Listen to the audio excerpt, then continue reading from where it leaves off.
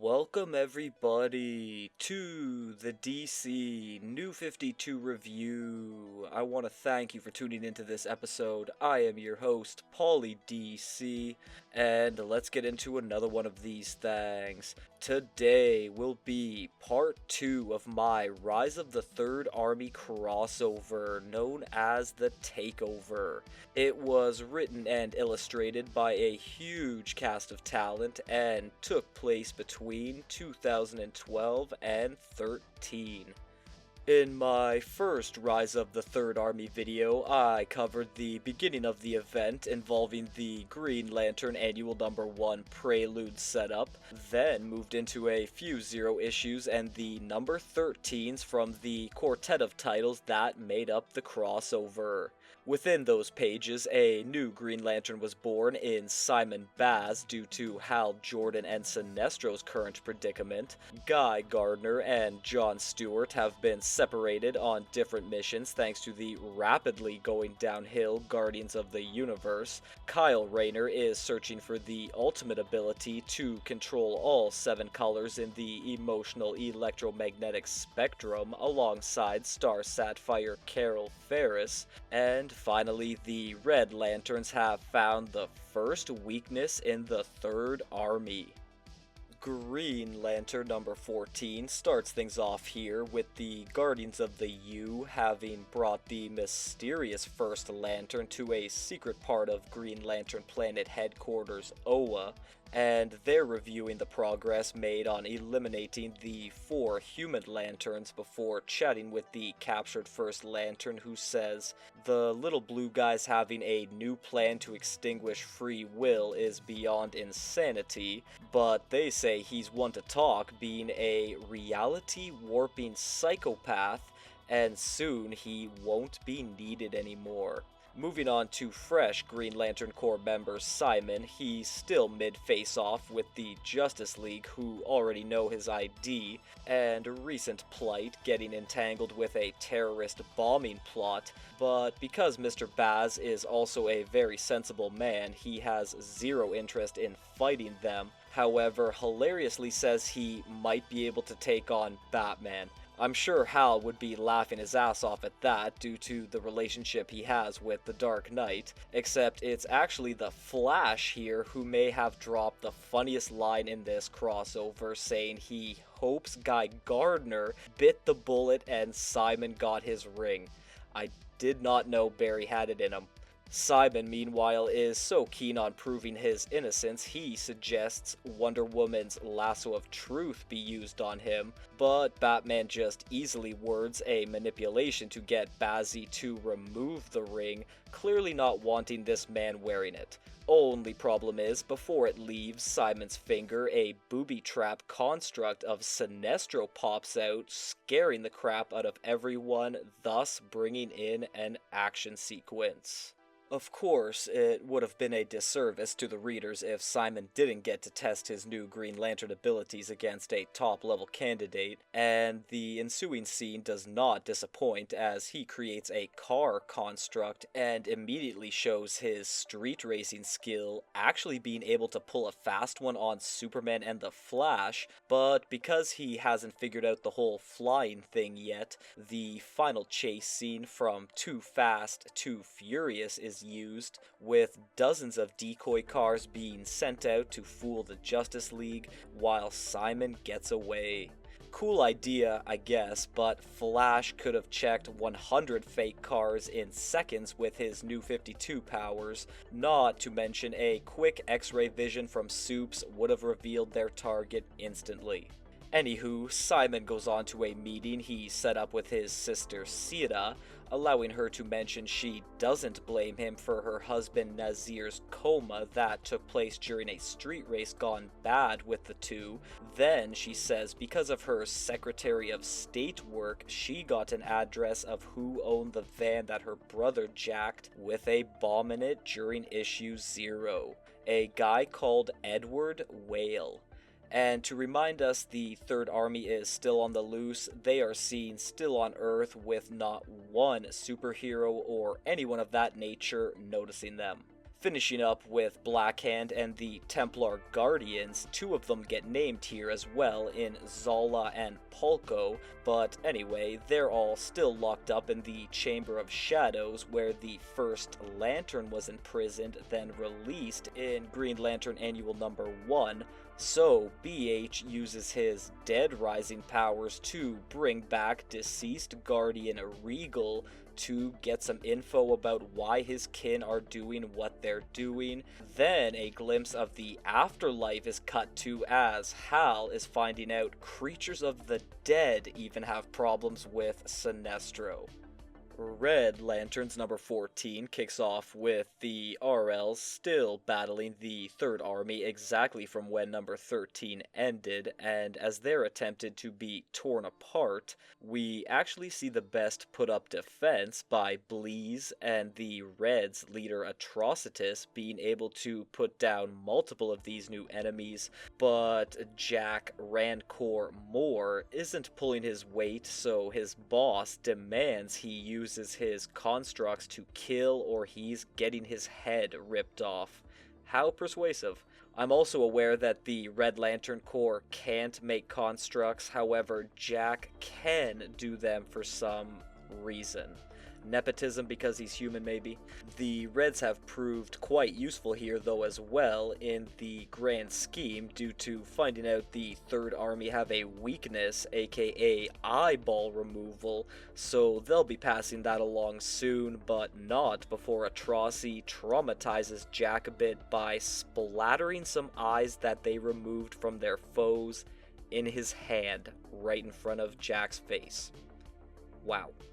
A Third Army corpse is then collected for analysis and brought back to RL headquarters, planet Yasmalt, where Atrocitus tosses it into the magical blood ocean, beginning the examination that tells him the Guardians of the Universe are responsible for creating this creature, so he knows one hell of a war is coming, meaning the Red Central Battery must be ready 100% before any more engagement, but since it was nearly killed by Abysmus in Volume 2, fresh blood is required for healing, thus Atrocity sends out his corpse members to get it. A little detour first, though, as the TA cadaver was able to snatch a Yasmalti rat, and along with blood ocean fluid mixed in, the other main Red Lanterns like Zilius Zox, Ratchet, Scalox, and Dexstar have to help Bleeze, Rancor, and their leader fight a newly emerged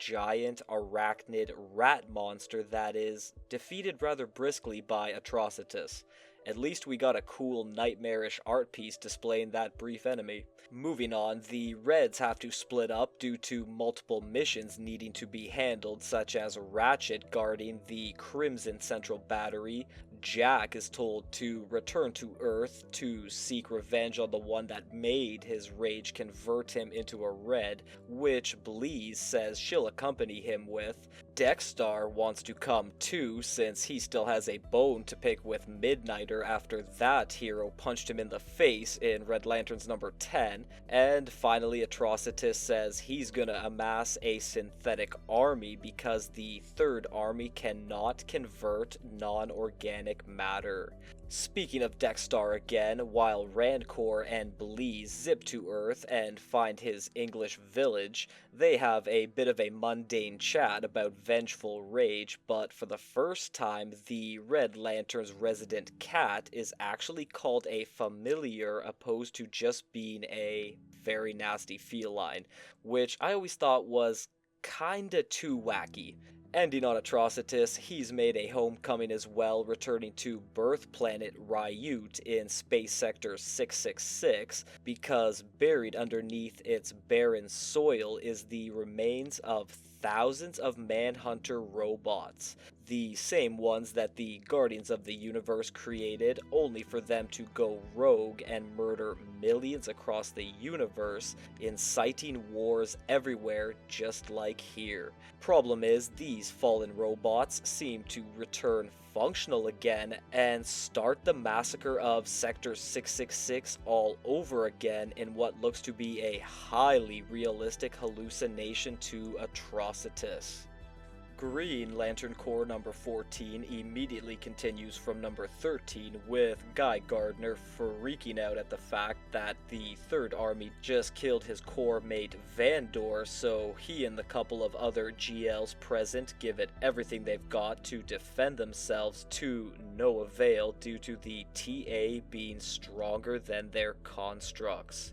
It is next made known the Guardians have a mind link with their Third Army creations, which is what allows them to see through their eyes and keep tabs on progress the malevolent group is making, and now attentions are obviously drawn to Gardner as he's taking point in the fight against the TA, trying to coax his fellow Green Lanterns into tapping deep into their willpowers in order to survive this encounter, but none of them are as strong as him, setting up a terrifying sight for Guy to watch, which is all of them screaming in pain before being taken over. With no backup now, Gardner has to retreat at top speed, and even the Guardians show they're impressed with him being such a talented Green Lantern, but they still have the fiendish foe of our main star here's past called Czar, telling him it's time to execute the ambassador aliens Guy was responsible for, who instead were left with a smaller detail of GLs while he jetted away to Earth to protect his dad and siblings due to finding out his former hateful enemy had escaped, which he does next, getting the family to the Justice League. Didn't know Gardner was tight with them like that. Anyhow, the other main star of this series, John Stewart, is seen still on his mission to help the living planet Mogo rebuild itself, and this task has now brought him face to face with Yira Sinril, better known as Fatality, who starred in Green Lantern New Guardians Volume 1 and 2, and she has quite the past with John. More on that later because it's over to Oa with longtime decorated GL Kilowog and Administrator Lantern Salak finding out the Guardians were keeping all the Green Lantern rings in stasis and are also responsible for ensuing the Alpha War plot in this title's Volume 2, so as Guy approaches the planet now, Salak warns him to be ready. Once arrived, he meets with his very bad blue bosses, exposing his recent failures to all present Green Lanterns, pretending like they know nothing about the Third Army, saying he should never have engaged them, and even worse, radicals are falsely blamed for killing the Ronos ambassador aliens Gardner left behind, even though Czar did it. These events then easily allow the GOTUs to play Guy like a damn fiddle, saying he should resign from the Corps instead of getting expelled in dishonor, and that's exactly what he does, giving up his ring so he can be transported back to Earth in shame. The setup of targeting his ego by promoting him to some made-up title in issue number 13, then defiling him with defeats, is complete.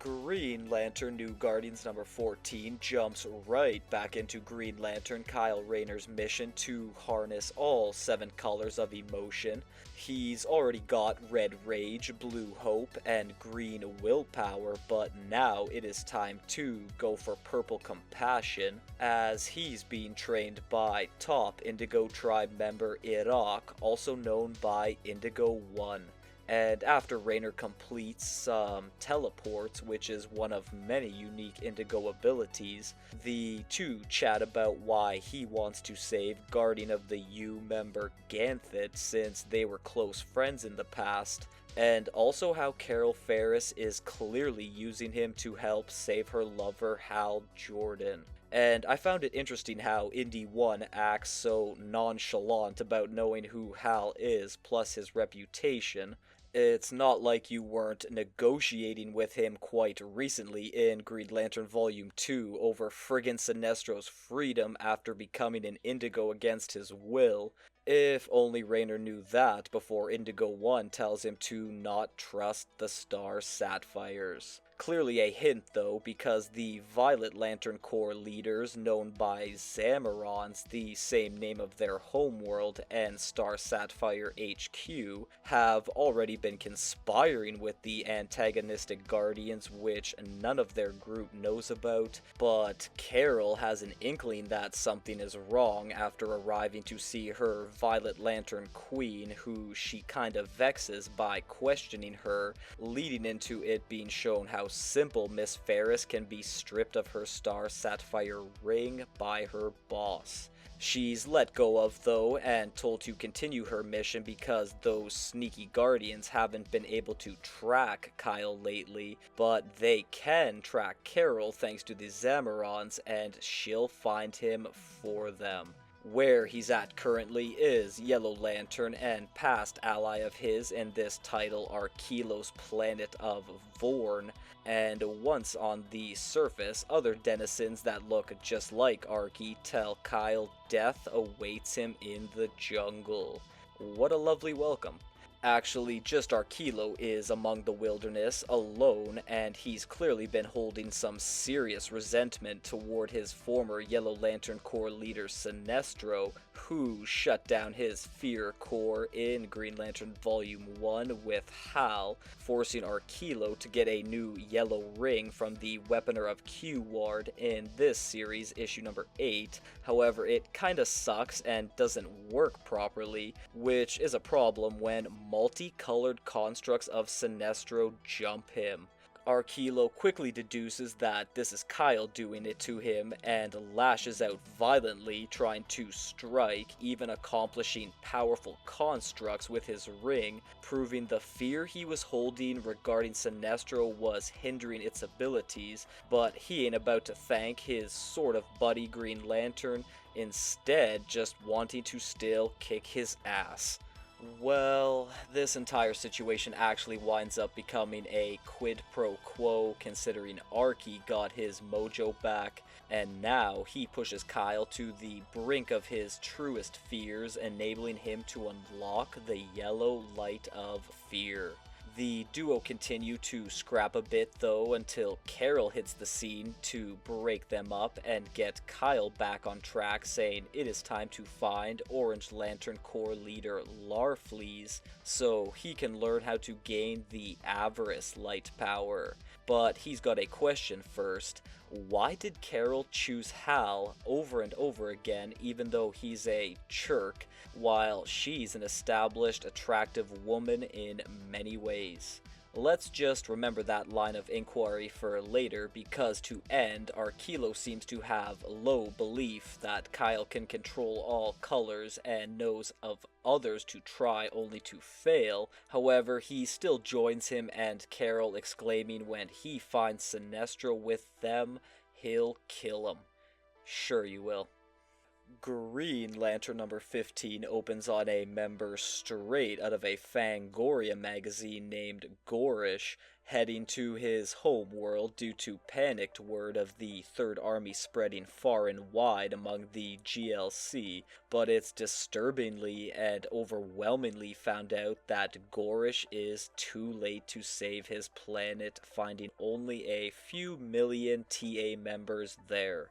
Adios, buddy. The rest of this issue is all Simon Baz as he continues his personal investigation into clearing his name of any terrorism bombings, and is now checking out a lead his sister Sita got him involving the guy who owned the van Mr. Baz stole containing explosives. The man's name is Edward Whale, and we are immediately made aware that he's a homegrown terrorist, with him pulling a gun on Simon, but it seems he was anticipating Eddie here being guilty, which is why he kind of idiotically entered the house, I hope, and now uses his Green Lantern ring to stop himself from getting shot. However, that's all the power the ring can muster currently due to hitting 0% energy, forcing Simon to take cover from incoming bullets. Agents Franklin Fed and Luis Valdez, who haven't been seen since issue 13, are still on the case of bringing our new GL in, and they have other agents at the Baz residence,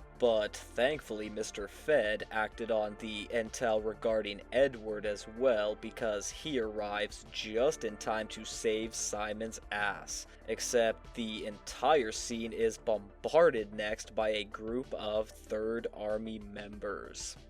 Simon and Fed have to take off running now while Eddie is assimilated and still being the good agent he is. Fed tries to get Baz to drop the gun he grabbed but quickly realizes it's best if they work together. So the two lock themselves in the basement, which is equipped like Heather and Bert's armory in Tremors. The Third Army is hot on their heels though, thanks to tracking Simon's Green Lantern energy, allowing Franklin to get a bit of a spotlight by cleverly arming more explosives found in the basement, causing a huge explosion, allowing him and Simon a chance to escape. Not sure how his Homeland Security associates are gonna feel about this though. Anyhow, after getting outside, the duo are found by Green Lantern Badge or Bidge, and I'm gonna go with Badge since it's easier to say, and he would be Squirrel Girl's best friend if she was DC, and he was sent to Earth by Salak in Green Lantern Corps number 14 to find Hal Jordan, but instead finds these two. Badge debuted in Green Lantern number 4, October 2005 by Geoff Johns and Ethan Van Sciver. Speaking of Hal as well, he and Sinestro are still in the dark afterlife, now called the Dead Zone by a shrouded denizen of this place that found them at the end of the last issue. And to end here, the Guardians of the Universe are proud of their Third Army's progress, but they require more power, so they drain some more energy from the First Lantern for a second time while calling him Volthoom. Green Lantern Corps number 15 continues straight from issue 14 with Guy Gardner just having finished a fight with a wall due to his recent resignation from the GLC. Thing is, he should have returned to his civilian clothes back on Oa the second he gave up his ring. Just saying. John Stewart gets a scene in this edition too, and he's still with a main character from Green Lantern New Guardians, the Star Sapphire Violet Lantern Corps member Yira Sinril, or Fatality, and oh boy do these two have history in the form of Stewart failing to save Miss Sinril's planet of Xanshi, which goes back to the 1988 Cosmic Odyssey story by Jim Starlin and Hellboy creator Mike Mignola, wherein Darkseid put a world-destroying bomb in Xanshi's core, but because it was yellow, and back then Green Lantern stupidly had a full-blown weakness to that color, Johnny couldn't do anything about it. Thus, Xanshi went down the Krypton way. Anyhow, Yira just so happens to be on the same type of mission her former Green Lantern friend is on, which involves locating the pieces of former GL Mogo, a powerful sentient planet that John also had to destroy. Man, this guy eats planets like Galactus. Fatality ends up being quite useful here though, since she's got her Violet Lantern tether attached to a piece of Mogo's core that is trapped.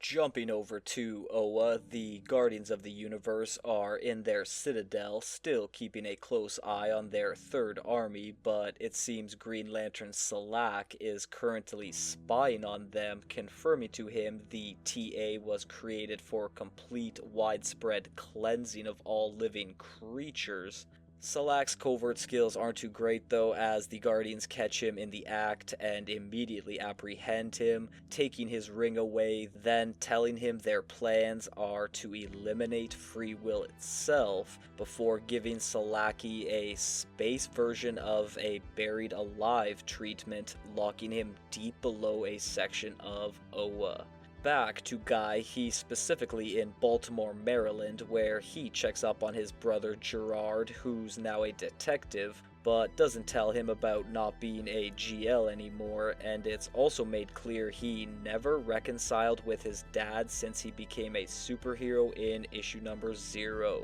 Regardless, the two are safe from Czar and not under Justice League protection anymore, so Guy hops on his motorcycle and rides off. Where does he go now? Well, he gets into his own personal version of The Wire TV show, pretending like he's a cop doing vigilante stuff across the city, eventually ending up at a shipping port over a tip that something big is happening there. And that seems accurate because Gardner decides to begin a scene of more vigilantism with a crane machine, even though I have no clue how he gained access to its keys, but he uses the claw part to interrupt what looks like a big black market deal, and after swinging onto the scene, Guy starts beating down some of the goons before he suddenly finds himself in the laser sights of weapons brandished by FBI and SWAT, since, wouldn't you know it, in classic police drama fashion,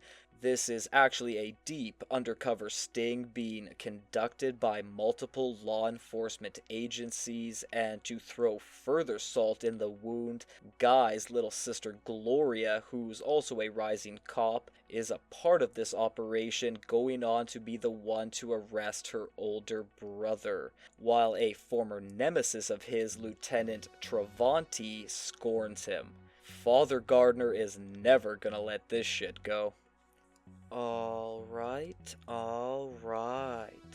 Like I said in part 1, the complete final thoughts will be held until the crossover's conclusion, but for some final words here, I'll mention within this review, issues number 14 from all of the 4 titles plus Green Lantern and Green Lantern Corps number 15 were included this time, and things were moving well throughout. The continuity among everything rolled along well, nothing seemed wildly out of place, all the players were doing their individual parts, but with the Third Army growing so quickly and vastly, some other attention around the New 52 wouldn't have hurt. A Justice League cameo was great though, which also allows me to mention that I noticed there were no references to Guy being on the Justice League International, considering that series ended right before this event began, and some clarity as to how he appeared on that team at the same time as doing his Green Lantern Corps stuff would have been nice. That's gonna do it all for this review for today, and if you've watched until the end here, I want to personally thank you for that, and to please like, share, and subscribe. Please follow me on all my social media platforms, and to please join me next time for Rise of the Third Army Part 3, Resistance.